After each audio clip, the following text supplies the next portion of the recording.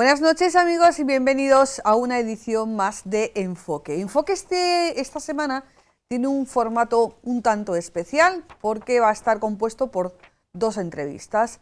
La primera de ellas es al profesor Juan Luis Manfredi. Él es periodista, es profesor de Relaciones Internacionales y en estos momentos se encuentra como profesor invitado en la Universidad de Georgetown en Estados Unidos. Desde allí hemos hablado con él para hablar de la propaganda, que es un arma más de guerra, un instrumento más de la guerra, una entrevista que se ha grabado por cuestiones de agenda hace unos días y que emitiremos íntegramente en este enfoque.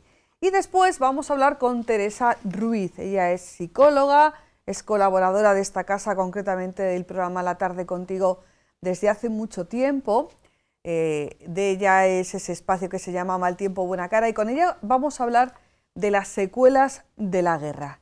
Así que la guerra va a ser la protagonista de este tiempo de enfoque con esos dos abordajes. Por un lado, el papel de la propaganda como arma de guerra, como elemento publicitario, se puede decir incluso así, a la hora de vender una guerra, y también las secuelas psicológicas que una guerra deja en todas aquellas personas que bien la sufren o que bien como nosotros la estamos viendo minuto a minuto. Vamos primero con la entrevista con el profesor Juan Luis Manfredi. Llevamos ya unos cuantos días de guerra y hemos sido testigos de cómo una guerra podía surgir en el siglo XXI, cosa que nos ha costado, bueno, pues por mucho tiempo asimilar. Y hemos sido testigos de diversos mecanismos de propaganda y de desinformación en los medios de comunicación. Esto no es nuevo, pero sí que es verdad que en este conflicto entre Rusia y Ucrania tiene elementos que hasta ahora no se habían empleado en otras guerras, o por lo menos en otras guerras que nos hayan tocado tanto. Para hablarnos de todas estas cuestiones tenemos con nosotros al profesor Juan Luis Manfredi, a quien saludamos nosotros en Toledo y él en Georgetown, en Estados Unidos. Profesor, buenas tardes. Para ti, buenos días, creo, ¿no? Sí, ¿qué tal? ¿Cómo estamos? Para mí aún buenos días. Hay en estos días 5 horas de diferencia, aunque cambiará enseguida cuando volvamos otra vez los dos partes al horario de verano. Nosotros nos hemos adelantado un poco. Bueno, muchísimas gracias por tener estos minutitos para nosotros. En muchas ocasiones hemos hablado del papel de los medios de comunicación en la conformación del mundo que nos rodea. ¿Tú en algún momento pensabas que ibas a asistir a una guerra? Porque lo de la pandemia y lo del volcán, bueno, nos pilló y nos pilló, pero lo de la guerra ya. La verdad es que aquí hay un punto de sorpresa para mí, que es el tipo de guerra que estamos viendo estos días, ¿no? Rusia estaba haciéndole la guerra a Ucrania por lo menos desde 2014 por 5 vías, ¿no? Permíteme que te las detalle. La primera, por esa vía que es la batalla por los hechos, es decir, ninguneando a los periodistas, destruyendo propaganda, con una negación de la identidad ucraniana, es decir, toda esta batalla por los hechos es la primera guerra. La segunda es por la movilización. Ahí vimos toda esta fuerza coercitiva en la frontera, muy cerca es decir, nunca entrando en territorio ucraniano, pero sí haciendo como el que muestra el músculo económico y militar. La tercera guerra la vimos sobre todo en diciembre, fíjate, ahí quizás estuvimos miopes, que es la guerra digital, ¿no? En diciembre hubo ciberataques desde Moscú muy agresivos contra todas las infraestructuras ucranianas, ¿no? Infraestructuras críticas. Luego, la cuarta guerra que venimos viendo desde el año 2014 es la subversión, el conflicto interno en la región del Donbass, el apoyo al referendo en Crimea, todo eso desestabiliza a un país, ¿no? Y la quinta y última guerra es la guerra económica, ¿no? La guerra de las operaciones económicas, la dependencia de las energías, los problemas de distribución de gas y petróleo. Por tanto, estas 5 guerras, en mi opinión, eran suficientes para que Rusia asentara su posición de dominio sobre Ucrania y por extensión en toda Asia Central. Y te reconozco que me sorprende que se hayan lanzado hacia una guerra cinética, ¿no? Una guerra de invasión, una guerra en territorio urbano, que aquí sí acertamos. Es muy cara, es muy difícil de gestionar y es muy difícil de mantener en el largo tiempo. ahí quizás es el error de Rusia, ¿no? Que pensaba ganar una guerra en 2 semanas y vamos ya por el día 20 o 21 y no pinta que vayamos a acabar pronto. Ujú.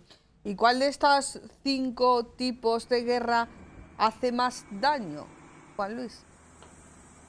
A ver, yo creo que todas, ¿no? Pensemos en, o sea, Ucrania desde el minuto uno y con estos antecedentes, Ucrania es un país roto, es un país dividido, sin gran capacidad económica, en el sentido de que una vez que le cortas la salida al mar, por eso tanto interés en controlar Mariupol, Odessa, Crimea, todo esto va a hacer de Ucrania un país dentro de un país con enormes dificultades económicas, con incapacidad para tomar decisiones propias, porque no va a estar muy claro cuál va a ser la reacción de la OTAN o de la Unión Europea.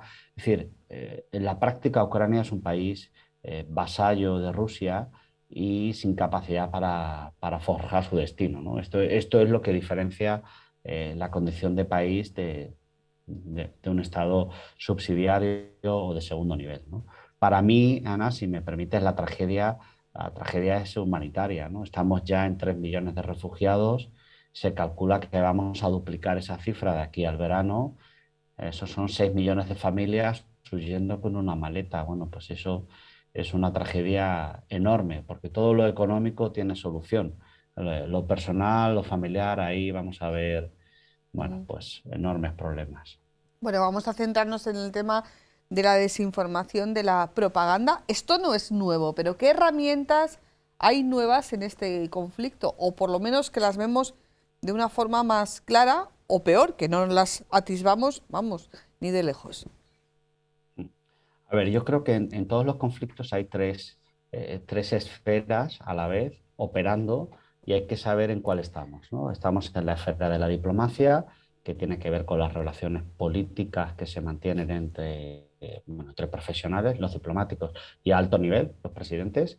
Una segunda esfera es la disuasión, que puede ser económica, como las sanciones de la Unión Europea extendidas por Estados Unidos, Singapur, Corea, etcétera, prácticamente por todos los países. Y también es disuasión, por supuesto, la actividad militar, ¿no? Pero la tercera esfera, que es donde nosotros siempre ponemos mucho acento, es la propaganda.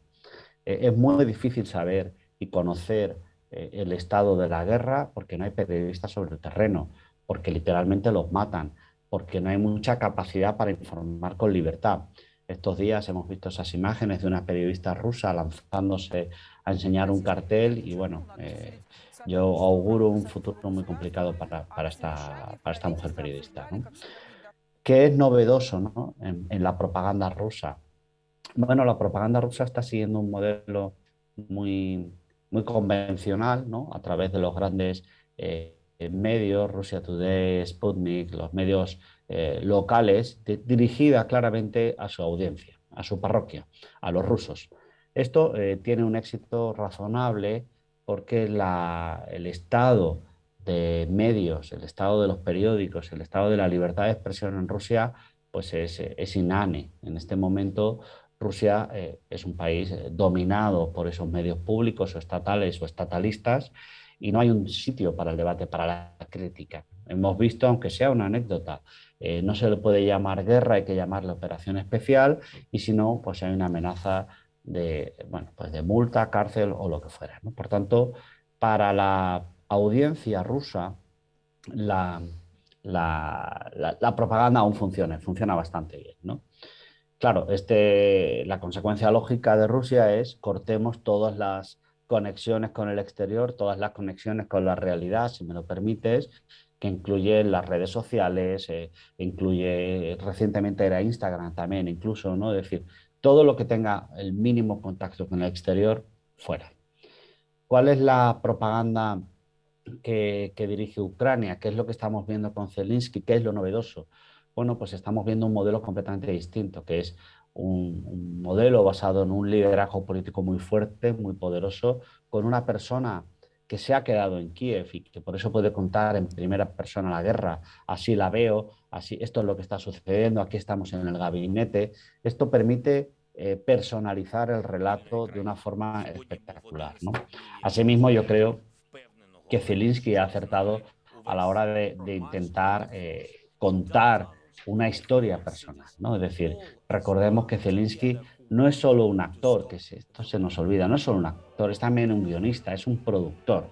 Él sabe manejar la escena de la comunicación y lo hace muy bien, ¿no? Permíteme señalarte tres claves de Zelensky que yo creo que son la clave de su éxito, ¿no? Valga la redundancia, ¿no? La primera, Zelensky tiene una causa, tiene un porqué. Eso le permite proyectar una identidad muy sólida, le permite proyectar valores, le permite simplificar muy bien el mensaje. Estamos aquí para defender a Ucrania, ¿no? Estamos con Ucrania, stand for Ukraine. Bueno, es un mensaje claro, sencillo, directo, fácil de entender para todo el mundo. Luego, como digo, Zelensky es un actor, un productor, un guionista y sabe contar historias. Él sabe ponerse en el centro.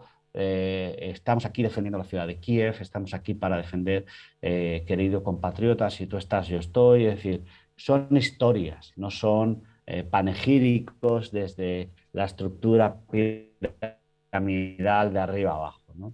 Y la tercera, yo creo que lo que le mueve un propósito, una convicción, tiene un sueño compartido con muchos ucranianos y eso hace muy fácil la comunicación con estos, ¿no? Ese sueño compartido es no queremos ser vasallo y queremos ser pro-occidentales. Luego ya veremos si significa una cosa o la otra, si es pro-Unión Europea, pro-OTAN o lo que fuera, pero en todo caso no queremos ser Rusia. Por tanto, eso, con esas tres claves yo creo que hemos avanzado mucho. O sea, que la batalla, desde tu punto de vista, desde el punto de vista de la propaganda, la tiene ganada Zelensky. Yo creo que sí, en el sentido de que, a ver, aquí la propaganda cumple varias funciones, ¿no? Si me preguntas si la propaganda rusa funciona para la comunidad rusa, pues es evidente que sí. En la medida en que Putin ha cortado cualquier cable con la realidad, cualquier conexión con la realidad, pues tienes a muchos rusos que no saben lo que está sucediendo en Ucrania, que tienen una visión muy parcial de lo que hay allí, básicamente porque no tienen cómo acceder a esa información, ¿no? Esa es una propaganda convencional, si me lo permites, una propaganda muy estatalista. En cambio, Zelensky sabe que su única oportunidad es extender su sueño, su propósito a la propaganda universal, si me lo permites, ¿no? En esa lógica de lo imposible, en esa lógica de quien resiste gana, Ucrania quiere conectar con Europa, quiere conectar con Estados Unidos, quiere conectar con Corea del Sur, con Japón, con muchísimos países donde, bueno, la amenaza de una Rusia putinista, imperialista, pues es cercana, ¿no? Eso le permite de forma evidente conectar muy rápido con Polonia, con Rumanía, con Hungría, bueno, con muchos países de la frontera que ven que es evidente que hay una aspiración imperialista en Putin que va a ir a más. El último episodio de este ejercicio de propaganda, no sé si es ese ataque o esa acusación que ha hecho Estados Unidos refiriéndose a China de que le estaba vendiendo o que le iba a dejar aviones a Rusia. Yo, como tú estás en Estados Unidos, claro, tú tienes seguro que otro punto de vista del que podemos tener aquí. ¿Cómo se ha vendido allí y cuál es el mensaje que se está trasladando en Estados Unidos? A ver, Estados Unidos tiene miedo a que haya una alianza entre Rusia y China y que sea una alianza sólida y estable, ¿no? A la manera de los años 50 y que eso permita crear lo que llamamos guerras proxy, ¿no? Guerras por proximidad, guerras por interposición sería la traducción, yo creo, ¿no? Como puede ser Ucrania o puede ser en otros territorios, ¿no? Ahí a lo lejos algunos tienen miedo de una invasión de la isla de Taiwán, ¿no? Yo creo que el temor en Estados Unidos tiene que ver con que esta alianza se funcione, digámoslo así. Yo soy escéptico, creo que esta es una alianza muy desigual, muy desigual, donde China se puede tomar como precio a Rusia, ¿no? ¿A qué me refiero? Rusia también tiene un sueño imperial, un sueño, una aspiración hegemónica, digámoslo así, y para ello Rusia puede ser un estado muy importante, pero siempre instrumental. Hay que ir a lo básico. Lo básico, lo primero es las relaciones económicas. Y en este minuto, Rusia es un país muy dependiente de China, pero no al revés. Es decir, alrededor del 20% de las exportaciones rusas van camino de Pekín. En cambio, la dependencia china de Rusia es apenas un 2% de su mercado global. Sí, es importante para el petróleo, para el gas, para el maíz, para comer, digámoslo así, para las cosas del comer, pero no es una relación tan dependiente como podría ser China, Estados Unidos o, por qué no decirlo, Rusia con la Unión Europea.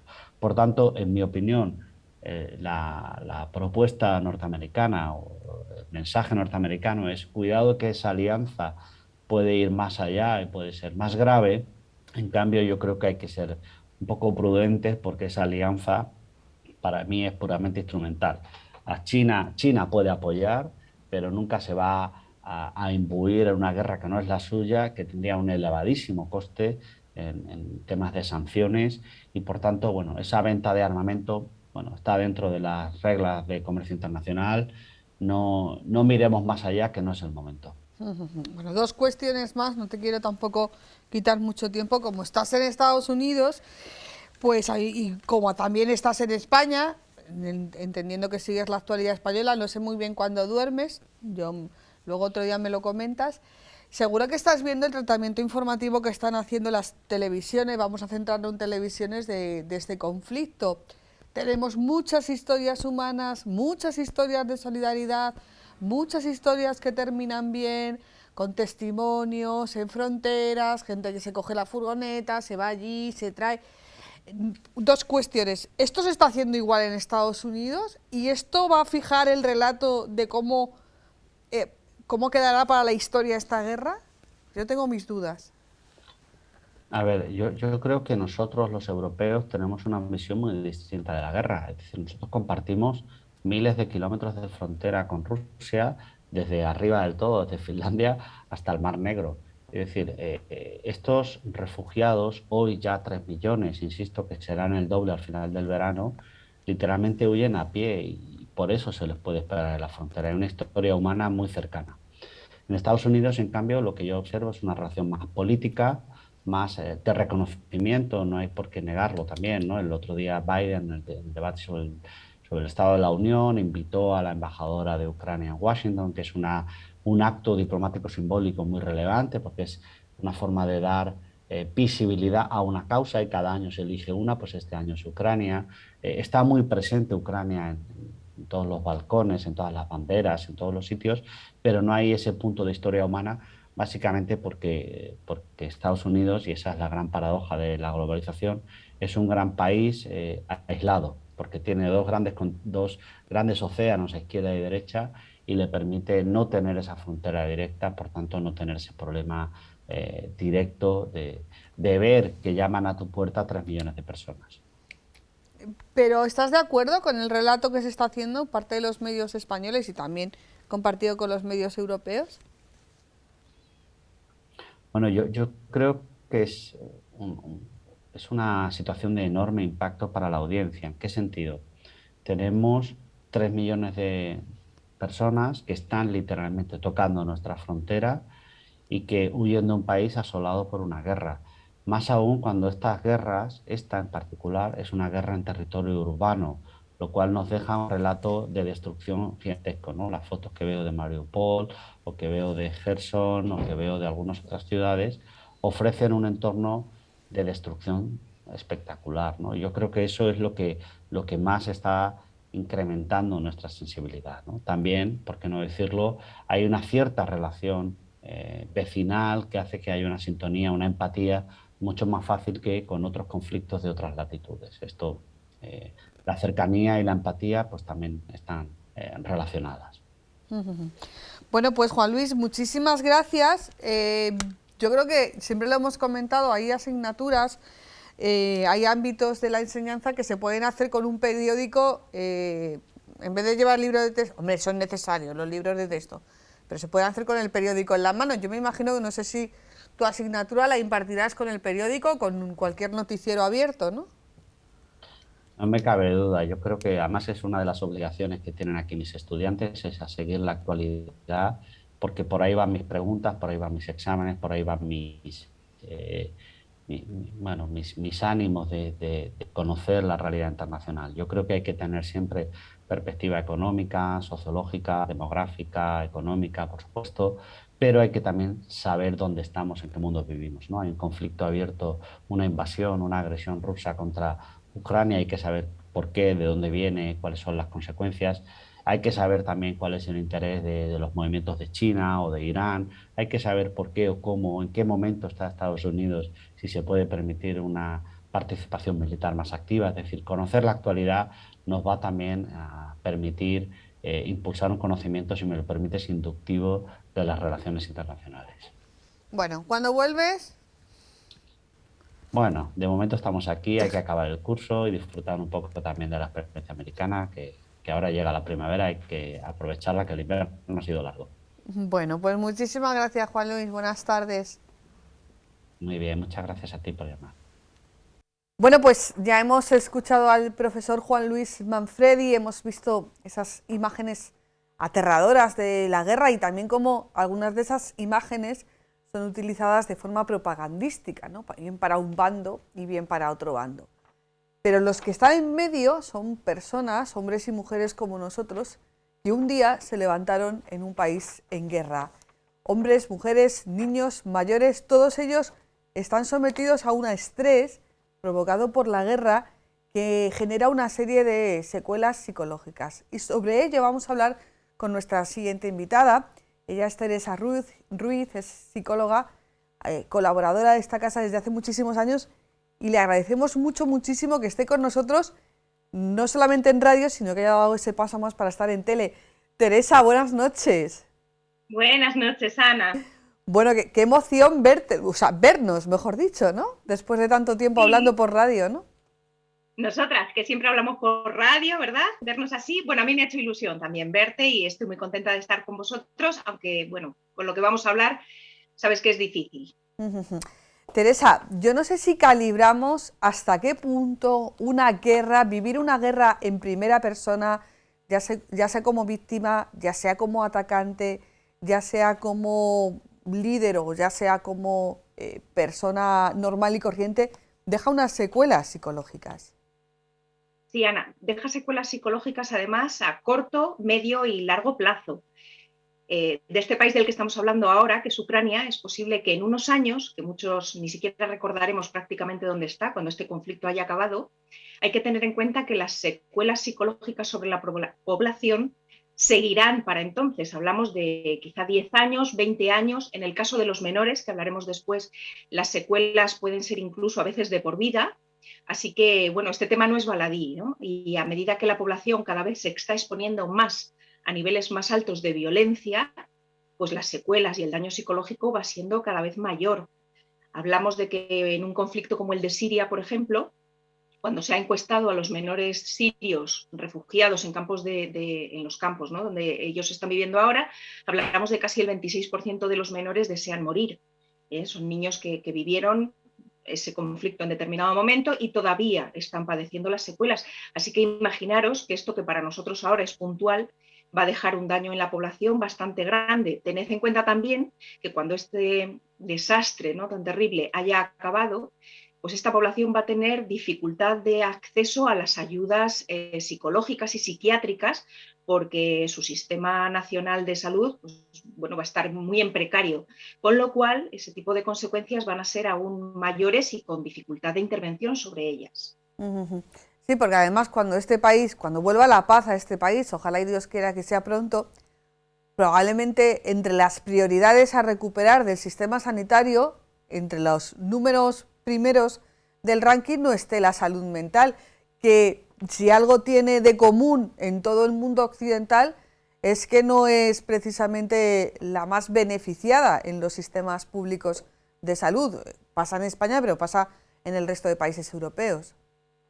Nosotros, por ejemplo, aquí ahora estamos padeciendo esta pandemia de salud mental que ha dejado la COVID-19, ahora que, ¿no?, empieza a mejorar las cifras en hospitales, en hospitalizaciones, en UCI.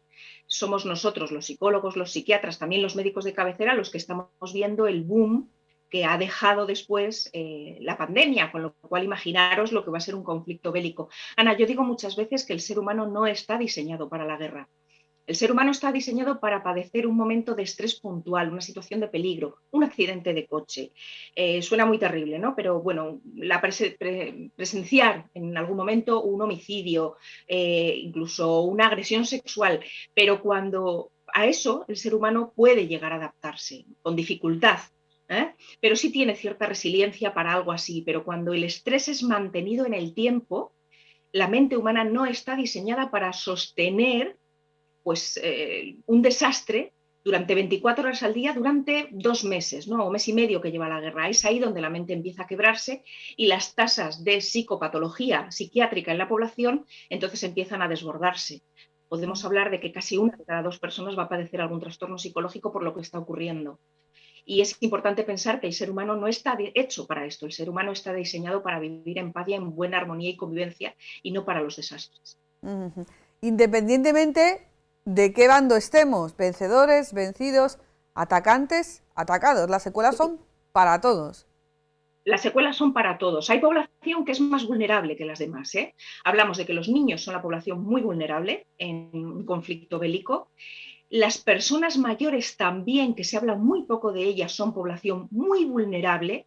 Las personas que están enfermas y con limitaciones físicas son población muy vulnerable. Aquellas que no pueden salir del país son población especialmente vulnerable. Fijaros, hablamos de mayores que por las limitaciones que tienen, sus familiares están teniendo que quedar allí a cuidarlos y no han podido huir de la guerra, con el consiguiente sentimiento de culpa que esta persona mayor puede estar teniendo porque su familia no ha podido huir por cuidarle.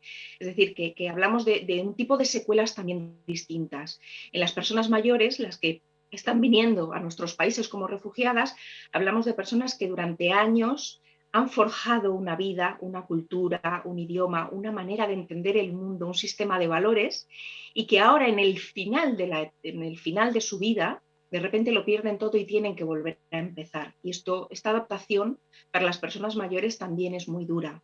Hablamos de que las mujeres que han venido con niños, también tienen muchos sentimientos a veces ambivalentes entre tener esperanza por un futuro que les puede esperar aquí, también mucho sentimiento de culpa por haber dejado a parte de la población allí, a sus maridos combatiendo allí. El otro día hablaba con alguien que trabaja en una entidad de colaboración que trae a algunas familias y nos cuenta cómo hay algunas mujeres que una vez que los hijos están aquí asentados y ellas se garantizan de que los niños están en buenas familias de acogida, están volviendo a marchar al frente, quizá por este sentimiento de que han abandonado allí parte de la familia o incluso al esposo y están volviendo a luchar. Es decir, que hablamos de situaciones muy complicadas. Personas que ya tenían psicopatología previa, Ana, pacientes psiquiátricos, pacientes que han tenido depresión, personas con ansiedad, estas son especialmente vulnerables ahora también en la situación de conflicto. Fíjate que siempre has hablado de los niños y de las personas mayores, pero me voy a centrar siempre ahora mismo en los niños. Siempre hemos dicho que el ser humano tiene un instinto de supervivencia que le hace sobreponerse a todo. Y en el caso de los niños hemos visto imágenes. Sí, en el caso de los niños hemos visto imágenes que una vez que cruzan la frontera, una vez que llegan a esos lugares de acogida, pues están jugando con juguetes, sonríen, pero no es tan fácil, ¿no? Realmente, como tú bien decías, el ser humano no está diseñado para la guerra, para el sufrimiento per se. Mirad, los niños, el daño que tienen los niños es sobre todo un daño en lo que los psicólogos llamamos el apego. El apego es el vínculo que tú estableces con las personas que te cuidan cuando eres niño. Y ese apego tiende a ser seguro. Es un poco el cimiento sobre el que se van a soldar las demás relaciones que tú vas a tener en el futuro. Estos adultos que te cuidan te dan la sensación de que el mundo es un lugar seguro y que tú vas a estar protegido.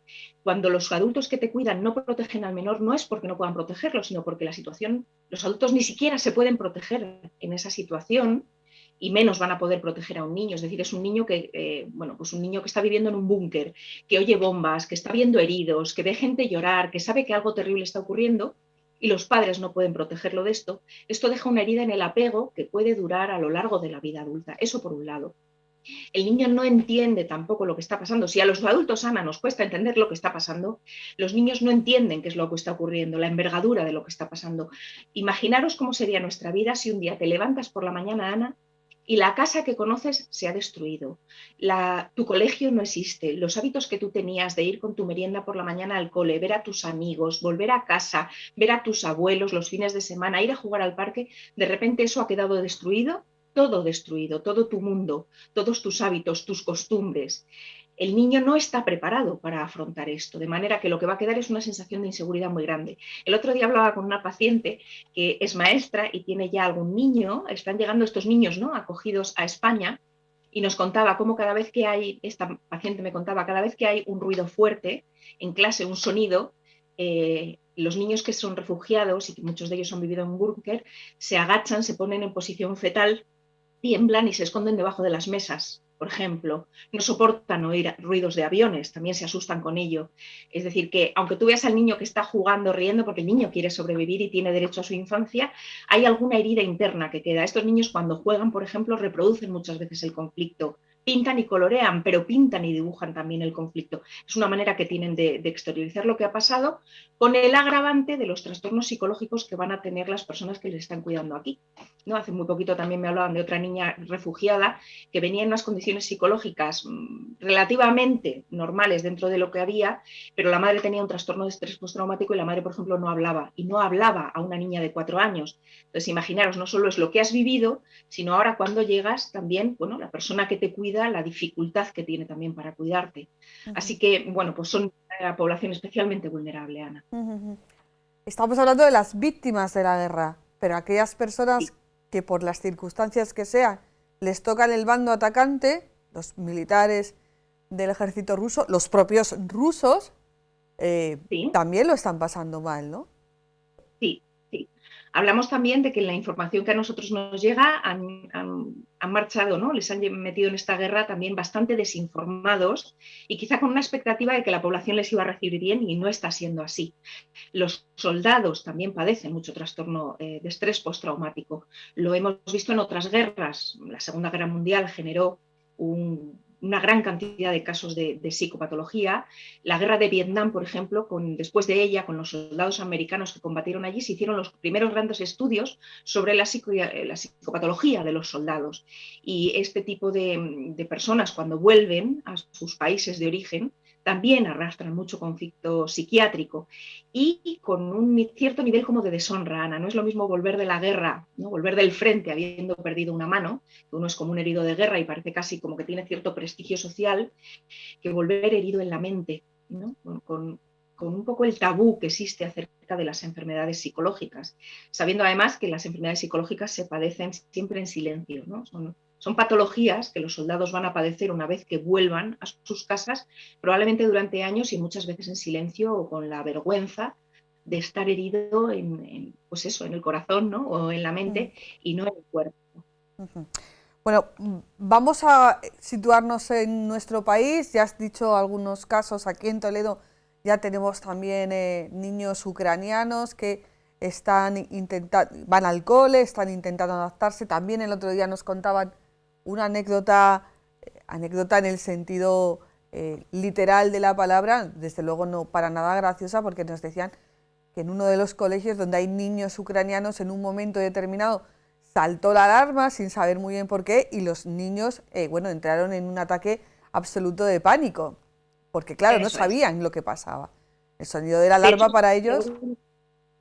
Si algún colegio nos está escuchando, yo creo que puede ser bueno, en los colegios donde hay alarmas, donde se toca el timbre para entrar a clase, debería ser sustituida por música, por ejemplo, porque son niños que se aterran con este tipo de sonidos. Los adultos también, pero no van al colegio, entonces no tienen que oírlo. Pero sí, es así, cualquier estímulo, alguien que tiene un trastorno de estrés postraumático, que es la experiencia psicológica que alguien vive después de haber visto en riesgo su vida o la de otros, cualquier estímulo que le recuerde el trauma, desata en la persona la misma respuesta que cuando lo vivió. Es decir, se va a aterrar, va a tener una respuesta de hipervigilancia, de hiperactividad motriz también. Bueno, es una experiencia profundamente desagradable. Bueno, pero vamos a nuestra sociedad española, que se ha volcado. Hemos visto esos gestos de solidaridad que la verdad es que nos han conmovido. Muchas personas que han dicho, yo quiero hacer algo. Yo no es que sea pesimista, pero a veces me da la sensación que podemos caer demasiado pronto en el desaliento, sobre todo porque esto es un conflicto que no va a acabar con la guerra. O sea, la ayuda no va a terminar cuando termine la guerra. ¿Qué es lo que tenemos que hacer y qué es lo que tenemos que evitar, Teresa? Bueno, yo primero creo que la respuesta emocional que estamos teniendo es una respuesta adecuada a la situación que estamos viviendo. Estamos sintiendo mucha empatía, nos sentimos identificados con el pueblo ucraniano, quizá por una cercanía tanto física como una cercanía cultural, y nos sentimos muy identificados con ellos, sentimos mucha pena, mucha tristeza, mucha angustia, a veces sentimos también mucha ira y mucho odio, que ahora hay que hablar de esto, que también hay que aprender un poco a controlarlo, pero entender que todas estas respuestas emocionales que estamos teniendo son normales. Estos días en consulta es raro el paciente que en una sesión no me nombra cómo le está afectando el conflicto de Ucrania, y yo creo que esta respuesta emocional es normal y es adaptativa. Ahora, ¿qué cosas, no? ¿Qué hacemos una vez que tenemos estos sentimientos? Yo creo que lo que hay que intentar es, pues como hicimos con el COVID, Ana, hay que dar una pauta a la población de que hay que estar informado, pero no sobreinformado. Es decir, uno no puede acostarse por la noche viendo durante una hora vídeos de conflictos bélicos, no puedes ver 5 telediarios diarios, no puedes estar continuamente viendo imágenes y hablando de ello. Es decir, hay que saber de ello, conectar emocionalmente con ello, pero no estar sobreinformado, porque eso nos conduce un poco a la neurosis y a las rumiaciones obsesivas. Creo que los pensamientos rumiativos y obsesivos hay que intentar frenarlos, hay que centrarse en algunas otras actividades de la vida cotidiana y no dejar que te inunde totalmente. Animaría también a la gente a que no se deje llevar por los sentimientos de odio. Los estudios en sociología, Ana, muestran que la población en los conflictos bélicos tiende a polarizarse, es decir, a tener sentimientos cada vez más radicalizados. Entonces, alimentar sentimientos de odio, como en algunas ocasiones está ocurriendo hacia la población rusa, pues yo creo que esto tampoco tiene mucho sentido. Entonces, no alimentemos esto dentro de nuestro corazón, ni a nuestra familia, ni a nuestros conocidos. Y por último, yo creo que hay que utilizar, Ana, el sentimiento de sufrimiento que nos genera este conflicto para hacer algo bueno.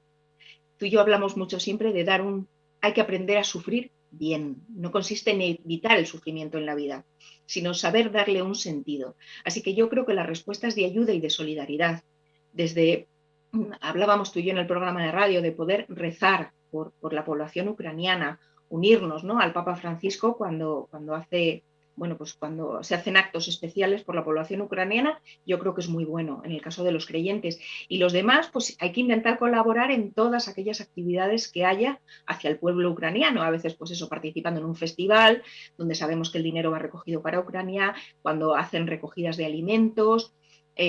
Si conocemos población ucraniana viviendo en España que lo están pasando muy mal, Ana, que percibir el conflicto en tu país, en la lejanía, esto también es muy duro, pues tener una llamada con ellos de vez en cuando de qué tal estáis, qué necesitáis, en qué os podemos ayudar, no estáis solos. Esto es como cuando uno pasa un duelo, Ana. Qué importante es saber que uno está mal, pero que no está solo, que no lo vive en soledad. Yo creo que apoyar a este tipo de personas también, y desde luego, a medida que vayamos conociendo refugiados, pues hay que abrirles un poco nuestro corazón, entender que tienen una dificultad del idioma, vienen de otra cultura, no entienden bien todavía nuestro sistema de valores, todo les choca, lo han perdido todo y tienen que volver a empezar. Lo primero que nosotros despertamos en los refugiados es desconfianza. Cuando te han atacado extraños, volver a poner tu vida en manos de extraños, esto es muy difícil, requiere tiempo, mucha paciencia.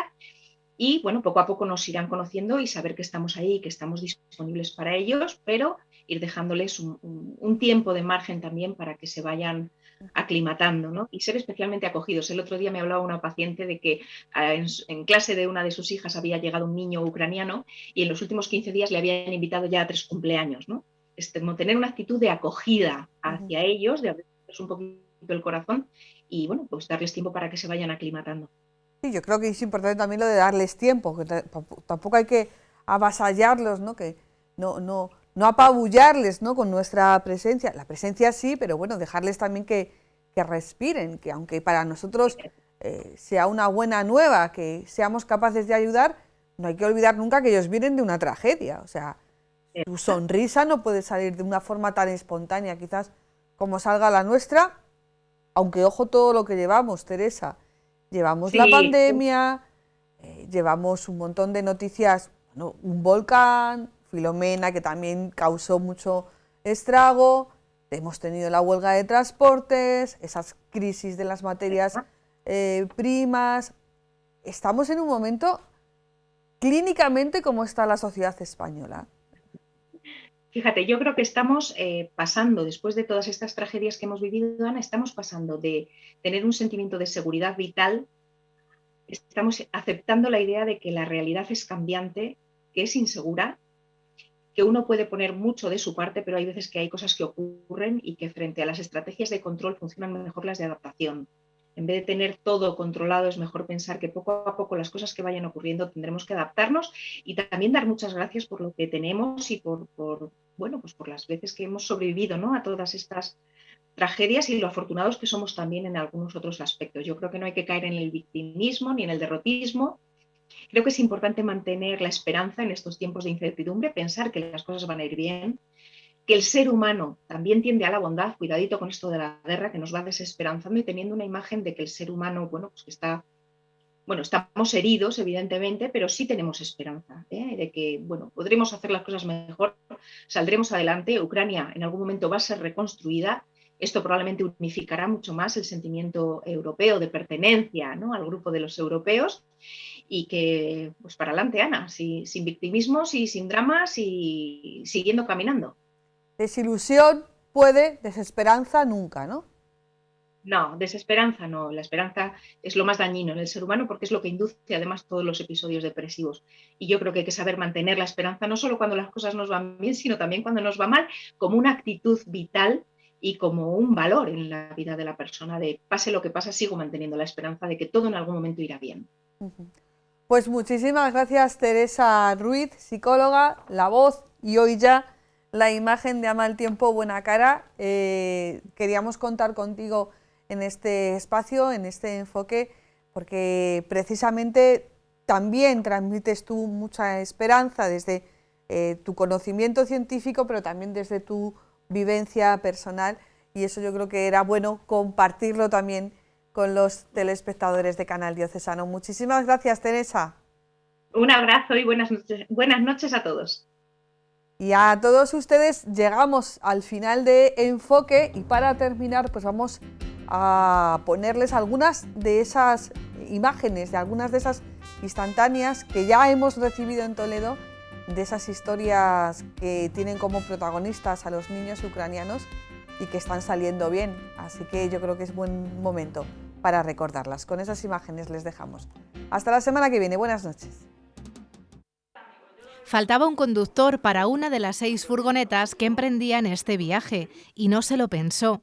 Con el asesoramiento de una ONG, un grupo de amigos se lanzó a la carretera. El destino, el campo de refugiados de Polonia, a 10 kilómetros de la frontera con Ucrania.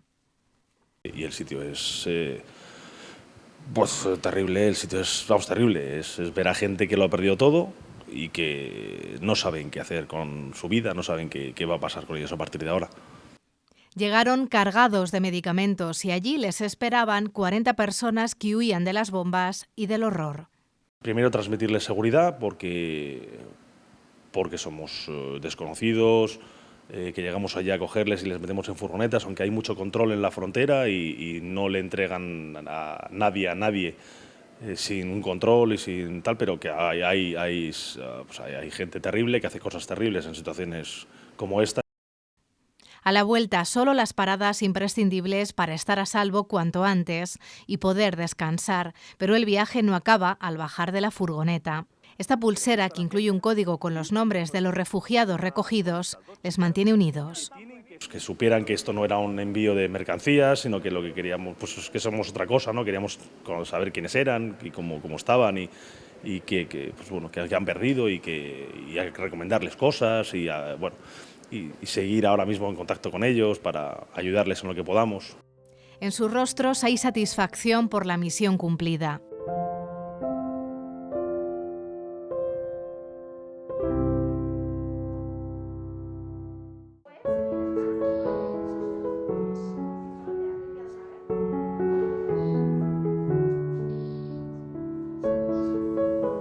Con este sencillo programa, Tonia, Alexander, Yula e Iván están aprendiendo poco a poco el español. Alexander y Yula llegaron a España justo antes de la invasión rusa a Ucrania. Consiguieron huir de su país e instalarse con su abuela aquí en Toledo. Tonia e Iván no tuvieron tanta suerte. Sí que sintieron la caída de las bombas y los disparos. Entonces, niños sí que Tonia sobre todo está muy consciente de lo que pasó en su ciudad, en su pueblo.